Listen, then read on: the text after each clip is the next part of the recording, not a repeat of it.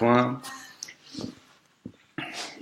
Et bonjour Agnès, c'est parti pour faire une analyse de votre profil sur LinkedIn.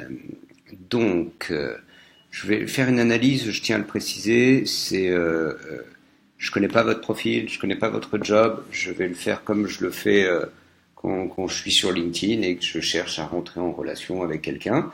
Et je vous donne mes premières impressions, je le livre comme ça un peu from scratch. Donc, ne tenez pas compte ne prenez pas pour vérité ce que je vais dire, d'accord? C'est vraiment le point de vue de José Lito Tirados, donc je suis pas forcément votre client idéal, je suis même pas votre client du tout, peut-être, en fait je n'en sais rien. Et l'idée est donc de défiler votre profil et vous dire comment moi je le perçois et comment d'autres peuvent le percevoir.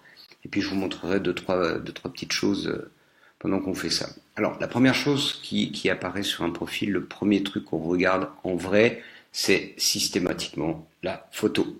C'est la première chose que je fais. Je vois votre nom, ok, ici, ok, Agnès, très bien, super.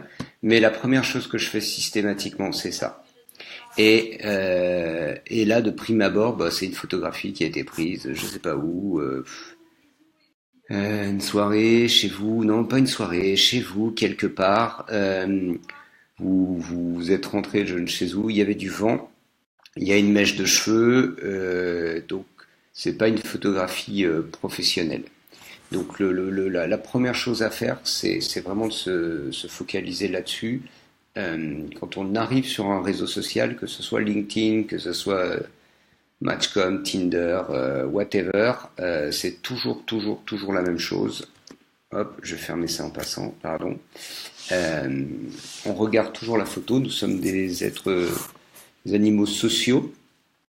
Donc le truc à faire, c'est de changer cette photo. Après, je ne connais pas vos objectifs, je vais y venir après, mais là, en l'occurrence, on est sur un réseau social professionnel. Deux options, ou trois plutôt. Une, vous cherchez un job, même si vous êtes déjà en poste. Deux,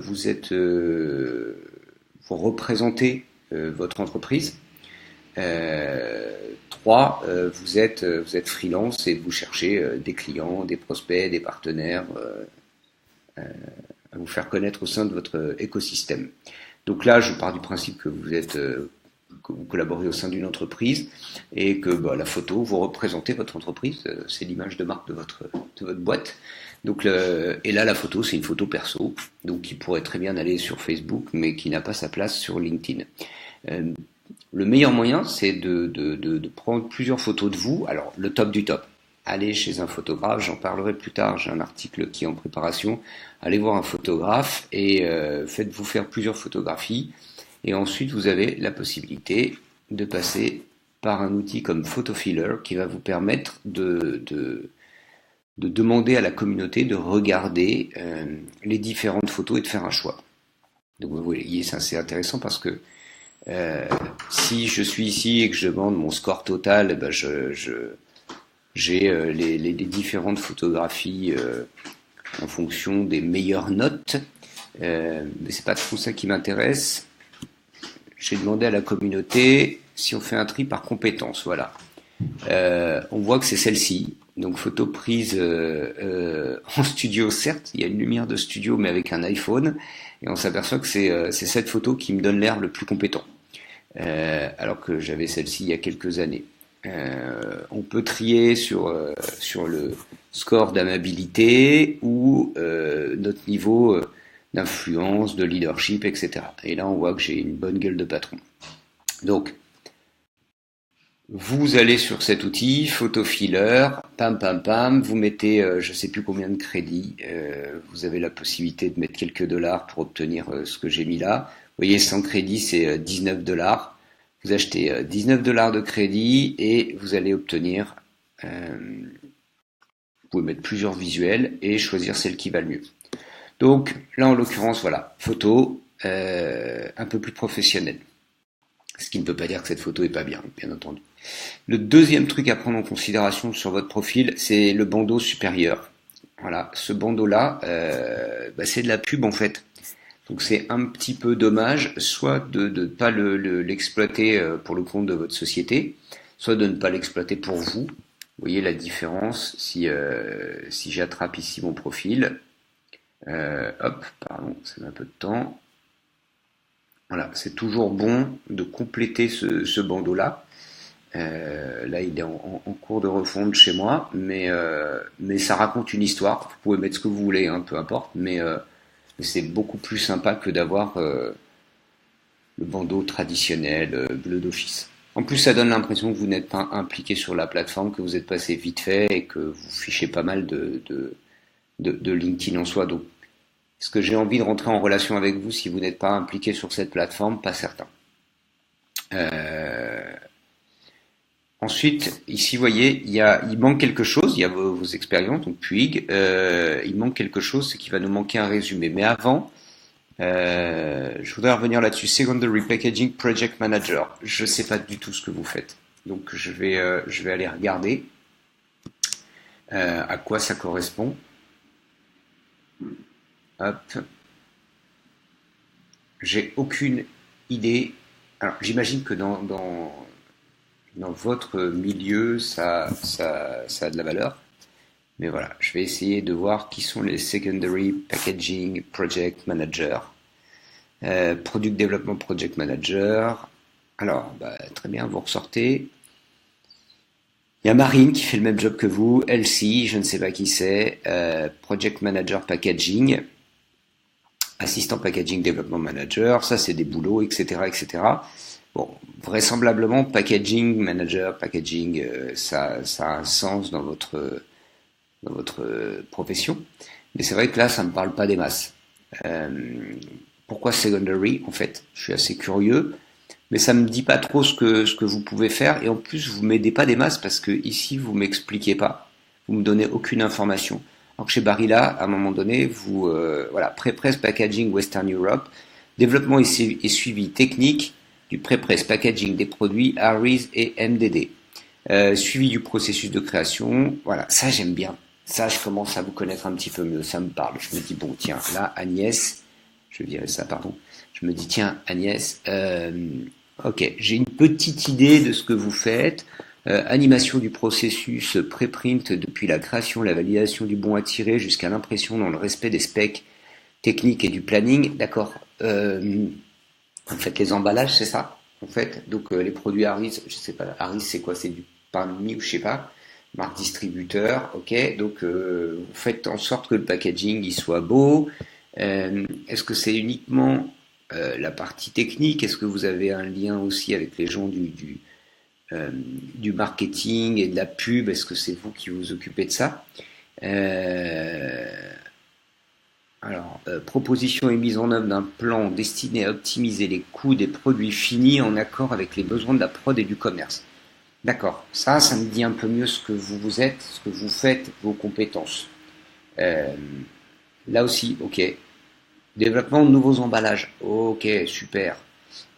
Premier prix pour les marchés roumains, hongrois et croates. Harmonisation des visuels et des textes, refonte de la charte graphique. Ah, là, je vois que vous touchez à cette partie-là. Création des bases de données de packaging. Très bien. Vous avez bossé chez Legrand. Vous avez bossé chez Bayer, mais on vous en veut pas, c'est pas grave. Vous avez une formation. Le CNED, très bien. Alors, vous voyez comment je le lis pour moi, donc DU, diplôme universitaire responsable développement emballage et conditionnement, très bien, 2006-2008. Vous avez complété par une formation CNED, ok. 10 outils de gestion des réseaux sociaux LinkedIn en mai 2019, très bien, continuez sur cette voie-là, ne lâchez rien. Compétences et recommandations, alors ça c'est pas mal, et on va revenir dessus. 5 langues, respect, franchement, et puis vos centres d'intérêt, donc ça me permet de voir ce que vous aimez, ce que vous n'aimez pas, etc. Alors, si je reviens quand même sur le début, vous voyez qu'ici, on a votre photo, je vous vois, je me dis ok, bon, elle a l'air sympa, un peu timide, elle sourit pas des masses, mais quelque part vous avez les yeux qui sourient, ok, vous êtes une personne, je peux avoir envie en tant qu'humain de connecter avec vous. Secondary Packaging Project Manager, je sais pas trop ce que ça veut dire, mais j'ai une petite idée. On est dans l'industrie, on est dans quelque chose. Et puis là, boum. Bon, les relations qu'on a en commun, Philippe Larcher. Bon, là aussi, c'est comme Bayer, hein, personne n'est parfait. Coucou Philippe. Expérience. Là, j'arrive tout de suite. Heureusement qu'il y a Barilla et les autres expériences qui m'expliquent qui vous êtes. Il me manque un résumé ici. Ce que j'appelle le résumé, c'est cette partie-là. Voilà, c'est cette note d'information. Alors, pas obligé de faire une pavasse, hein, comme je peux le faire moi, mais quelque chose qui va me donner l'opportunité, la possibilité de creuser un peu plus et de comprendre un peu mieux qui vous êtes dans votre job, l'humain dans le job. Donc voilà, Agnès, ok, elle a ses compétences professionnelles, mais quelque part en lisant votre profil comme ça, je me dis bah il y a quand même un petit peu il y a, j'entends voilà processus, il y a de la création quand même. On discute avec le market, on discute avec les commerciaux. Il y a une partie, pardon, il doit y avoir quelque chose d'un peu technique quand même, parce que dès que je vois un bon à tirer, je me dis ok, il y a quelque chose ici. Photographeur, imprimeur, tout ça c'est compliqué, c'est des métiers pas simples. Donc voilà, vous l'avez fait pendant 4 ans en plus. Donc on voit bien que c'est votre truc à vous. Donc il y a de la créativité, il y a de l'organisation, il y a de la rigueur, il y a de la techno. Est-ce qu'on peut dire qu'ici il y a un petit côté, il y a du multiculturalisme? Parce que bah, si à un moment donné vous vous êtes occupé des emballages pour les marchés roumains, hongrois et croates, j'imagine que les Roumains, les Hongrois et les Croates n'achètent pas forcément comme les Français, les Espagnols ou les Portugais. Donc il y a cette fibre-là qui joue. Le grand, on passe quand même sur du Harry's, du pain. C'est ça, hein, c'est du pain Harry's. Hein. Bon, si je me trompe, vous ne moquez pas. Le grand, les prises électriques, etc. On est sur quelque chose de très très différent.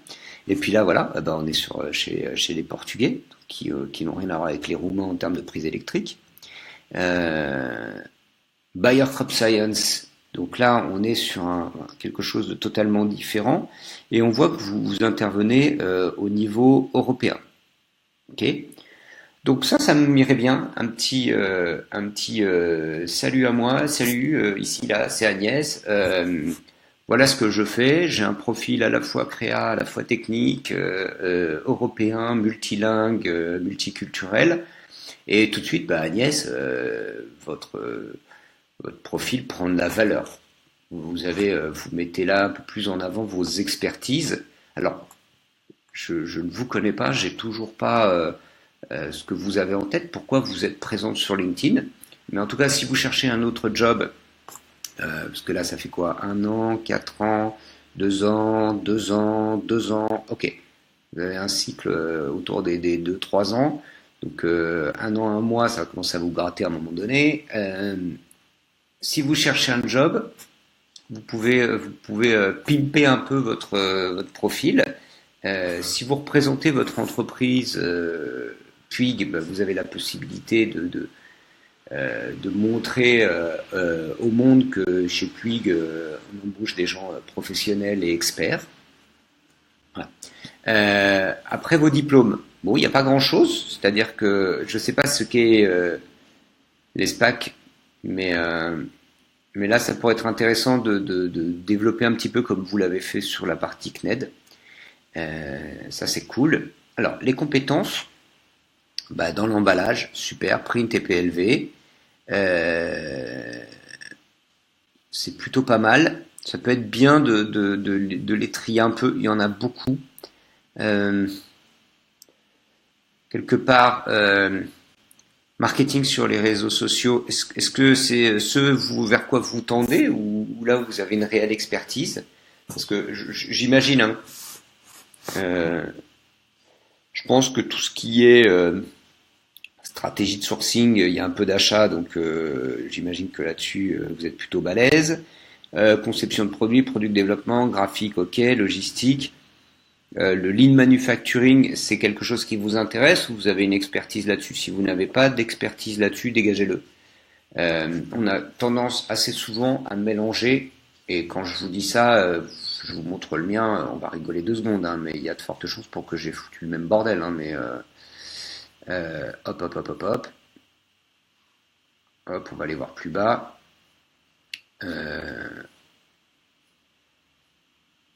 Voilà, vous voyez, là j'ai du marketing, de l'inbound je maîtrise, de l'expérience client, je suis pas une truffe, mais community management, en fait j'en fais un peu, du SEO oui mais pas que. La stratégie digitale, ce que je fais le plus, on ne le voit même pas. Vous voyez, et à un moment donné, il y a un mélange, on va rigoler 2 secondes, mais optimisation des moteurs de recherche, en fait, c'est pas mon expertise première. Je devrais même moi, je devrais le dégager. J'ai presque envie de dire, mettez un paquet de trucs et ce qui est en dessous de 10, bénez-le, quoi, ça sert à rien. Mais attendez un peu, vous n'avez pas assez de contact aujourd'hui. Ça manque un peu de relation pour décider de ce que vous allez supprimer ou ajouter. Euh, donc là, il y a un petit tri à faire. Ma recommandation, c'est mettez vraiment ce en quoi vous êtes expert parce que on va l'utiliser dans le moteur de recherche. Aujourd'hui, si je cherche quelqu'un qui fait du sourcing, je vais utiliser ça. Donc à la limite, voilà, packaging à un moment donné, packaging project manager, je vais aller chercher quelqu'un qui fait ça exactement. Je tombe sur vous, mais je tombe aussi sur Thierry Jouet, Sylvie Nelep. Vous voyez, on a 740 138 résultats. Donc la plupart des sourceurs utilisent plusieurs critères. Donc et le moteur de recherche va aller taper ici en fait. Ok. Ce qu'il nous manque dans ce profil, alors vos centres d'intérêt, ok. Il nous manque un petit peu ici de recommandations. C'est ce qu'on voit ici. Ok. C'est bien d'en donner. Commencez par donner. Vous finirez par recevoir. C'est intéressant. Alors vous voyez, il y a un petit solliciter une recommandation. Bim. Vous y allez. Et à qui souhaitez-vous demander? Hop. Si je demande à Philippe Larcher. Hop. Voilà, je demande à Philippe Larcher et je dis Philippe et moi, je sais plus, non, on a étudié ensemble, c'est pas un de mes clients, était mon manager direct, ça va le faire rigoler, tiens. Allez, si tu veux. Euh, Sélectionner le poste, blablabla, etc. Tiens, Papy Gico, et je vais lui balancer ça. Bonjour. Alors, il y a un message tout fait. Le meilleur moyen quand même d'obtenir une recommandation, c'est de personnaliser. Tu veux bien dire que je suis beau, intelligent, tout ça, tout ça. Hop, hop, voilà. N'hésitez pas à demander des recommandations parce que ça aussi, ça humanise votre profil en fait. C'est-à-dire que là, dans votre profil, ça c'est ce que vous me dites de vous, mais moi ce que je veux c'est ce que les gens disent de vous. C'est ce qu'on appelle la preuve sociale ou l'argent social, social currency, donc c'est vraiment la notion de preuve sociale. Donc voilà, qu'est-ce que les autres disent de vous? C'est sûr que si vous regardez mon profil, etc., vous dites, bon alors, qu'est-ce qu'il me dit? Blablabla, il accompagne les décideurs dans leurs décisions, dans leurs réflexions, ok, super. Il raconte sa life, très bien. Il a fait plein de choses, parfait. Il est actif, il écrit même des articles, ok. Et puis il fait plein de trucs, il est un peu partout, ok. Qu'est-ce qu'il a fait à l'école? Très bien, ses licences et certifications, mes compétences. Donc là, vous voyez, c'est ce que les autres disent de moi. Donc là, j'ai Thomas Catlin qui est hautement qualifié dans le domaine du marketing, qui dit que je suis un tueur, etc., etc. Et hop, là c'est de l'humain. Un professionnel hors pair et hors pair, un zèbre du digital d'une pertinence, d'une efficacité redoutable. Il y a plein de mots et c'est pas les miens, c'est ceux de mes clients, de mes partenaires, voilà, ceux des gens avec qui j'ai travaillé ou qui ont travaillé avec moi. Voilà. Et après, on retrouve comme vous centre d'intérêt, relations. Voilà, ça c'est pas. Donc complétez cette partie-là, demandez des recommandations et n'hésitez pas à en donner. S'il y a des gens avec qui vous avez travaillé et qui vous ont marqué, n'hésitez surtout pas à en parler, à dire de ce que vous avez pensé d'eux. Ça donne de la consistance, ça donne de la matière, ça donne de l'humain au profil.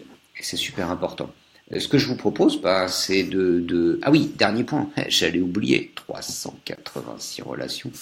N'hésitez pas à en rajouter. Il y a un premier niveau sur LinkedIn qui est 500 relations. Me demandez pas pourquoi, mais au bout de 500 relations, LinkedIn vous met dans la catégorie expert absolu, blablabla. C'est un truc tout bête, hein, LinkedIn, il y a un algo, donc complétez simplement, nourrissez l'algorithme, il attend des choses. Il donne des points, si le bandeau est complété, il y a la photo, il y a 500 relations, il y a des recos. Au fur et à mesure, vous complétez, et il se dit, ok, la personne elle est active sur le réseau. En tout cas, les ingénieurs qui ont développé l'algo partent du principe que ces éléments-là démontrent votre implication au sein du réseau. Et donc, bah, ils vont favoriser votre profil versus les profils d'autres personnes, évidemment, dans votre catégorie. Donc, famille, amis, relations à l'école, relations de travail, je veux dire, enfin, ça fait quoi?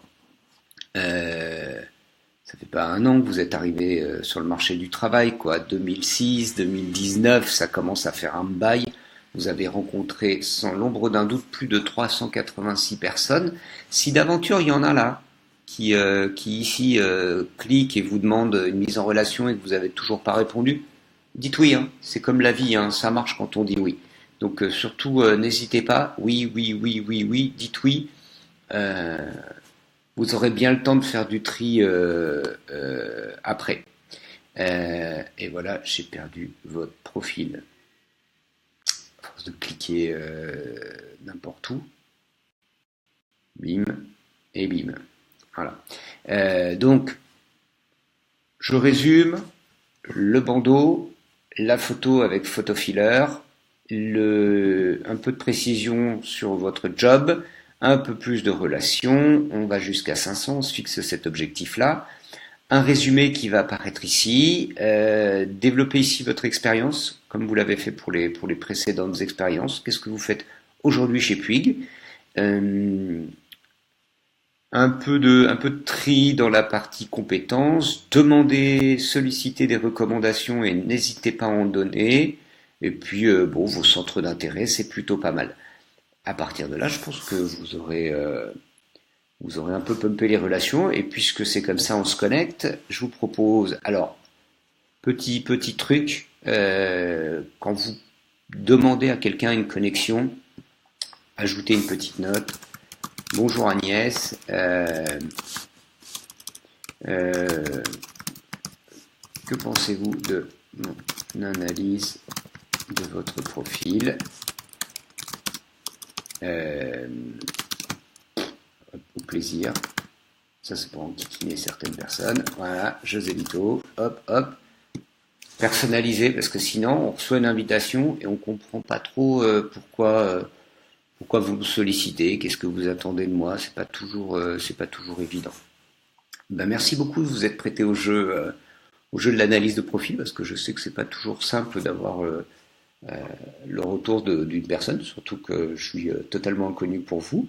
Et puis, ben, je viendrai jeter un petit coup d'œil sur votre profil de temps en temps, voir comment ça bouge. À bientôt.